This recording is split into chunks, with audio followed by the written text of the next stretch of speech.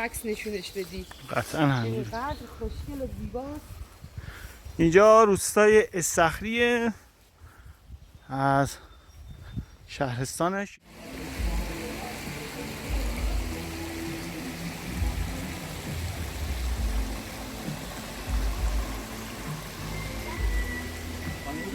بر بله باشن داریم.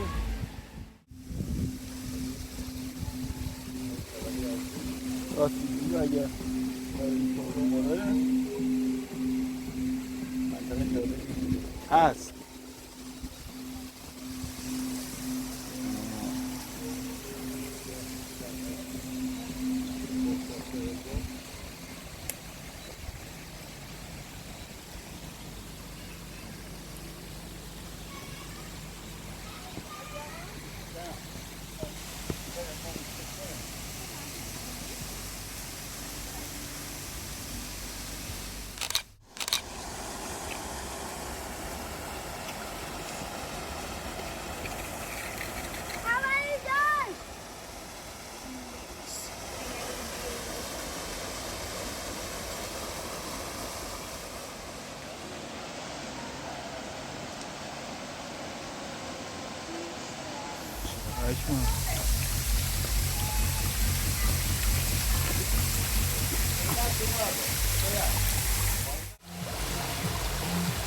اینجا آبشار استخریه.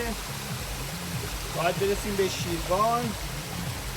روستای استخری یکم روی زیاد ترک داره.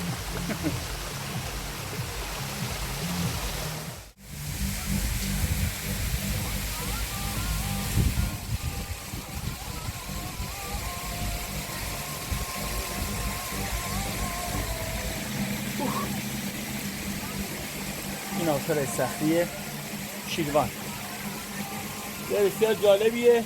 سالا قسمت همه بشه مکه مدینه کربلا. برای ما تایلند، ایتالیا، فرانسه.